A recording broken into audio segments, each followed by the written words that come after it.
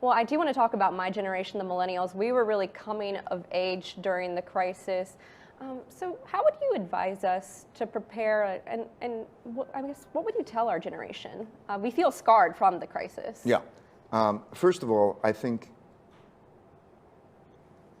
one of the problems is that the experience that you had as the last experience is the one that's going to stick in your mind and probably will not be the one that's going to get you. So that the next experience will be very, very different. I know my parents went through the Great Depression, and then they missed out on the boom because they were always thinking about that. And so I think that what they need to do is see all of those crises. That's why you can see inflationary ones and see all of those, and once you get that perspective, I would say three things to your generation, okay? Three recommendations. The first recommendation is to think about your savings and how much money do you have for savings. And the best way to think about that is to think, how much money do I spend each month and how much money do I have saved so that I can, how many months am I going to be okay without that? And to value savings, right? And calculate it, because savings in that is freedom and security, and think about what that is. So that's the first. How much do I have for that? The second thing is, how do I save well? What should I put my saving in? And when thinking about what you should put your saving in, realize that the least risk investment that you think from volatility is the least risk investment, which is cash, is the worst investment over a period of time. And you could judge that by judging the rate of inflation in relationship to the after-tax income you're going to earn.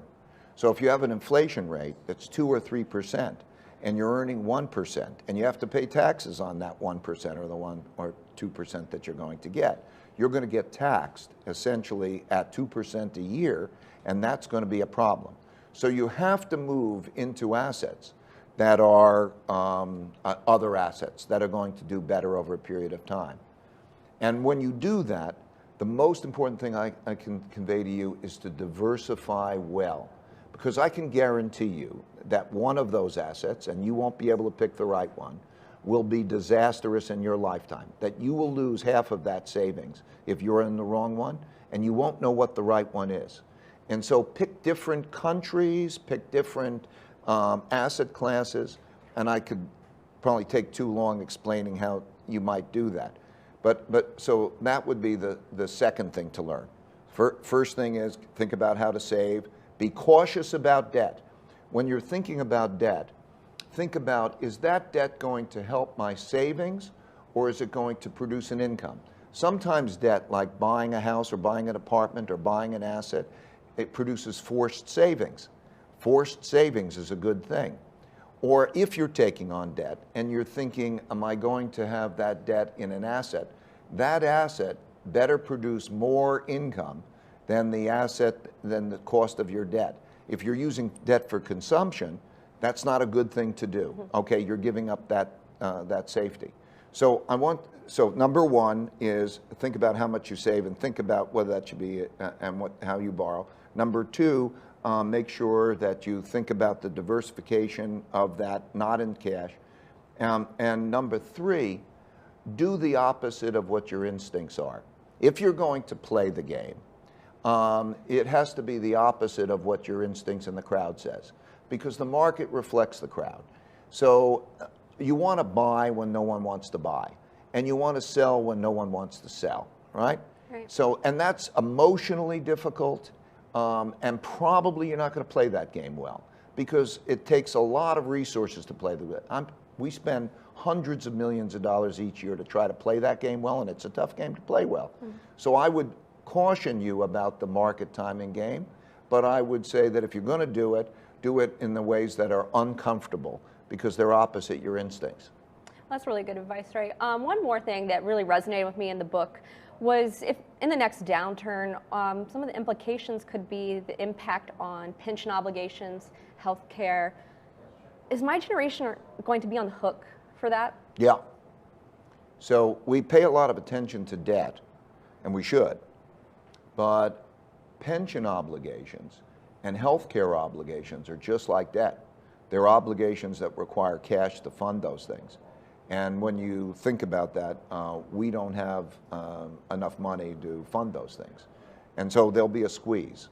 And I think that's also part of this political conflict, because when you say to somebody that you're not going to be able to fully fund their pension, or how are you going to fund it, what are you going to take it away from in order to fund it?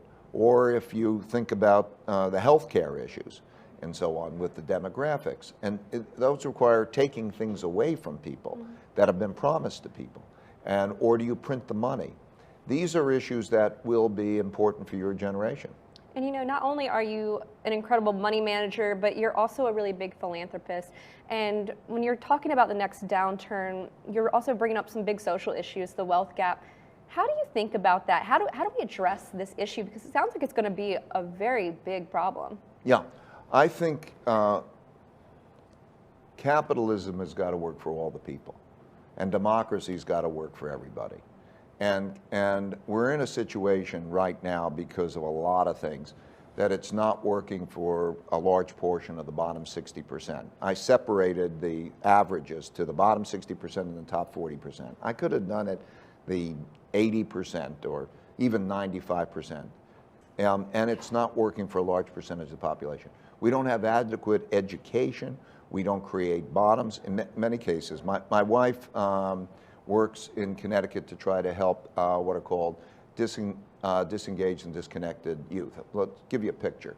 Connecticut, which is the richest state in the country, or equal to the richest state in the country, has 22% of its high school students are disengaged or disconnected. Disengaged means they attend high school, but they don't really study, they just sort of get through.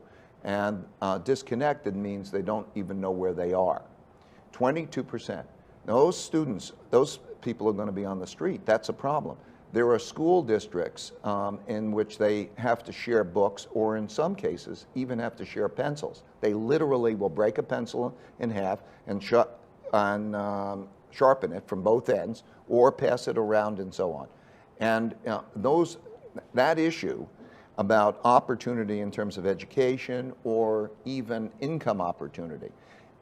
There's a population that in that bottom 60% where opiate use is rising and suicides are rising. That, I think there has to be considered a national emergency in which we create metrics. What are those conditions? And that there should be a dealing with that. I think that these things can be dealt with much, much better, but it has to be treated in a way that that's dealt with. And that has, by making them productive. I don't mean by giving money or by giving welfare, but by doing certain things, probably in private-public partnerships, in which the private sector, that could be business sector, together with the government sector, can do the checks and balances to make those things productive. I see many of these cases. I fund, for example, microfinance. Grameen America is one, but a number of those. And the capacity to lend somebody $1,000 and get paid back, not 99%, 98% payback rates. And that $1,000 can create the purchase of a rug cleaning piece of equipment, and that person's in business to be able to be productive. Those kinds of things need to be thought about, because if we don't have capitalism working for the majority of people, it's going to be threatened. And the same thing is democracy. The democracy is based on the notion of compromise, to be able to bring people together and so on.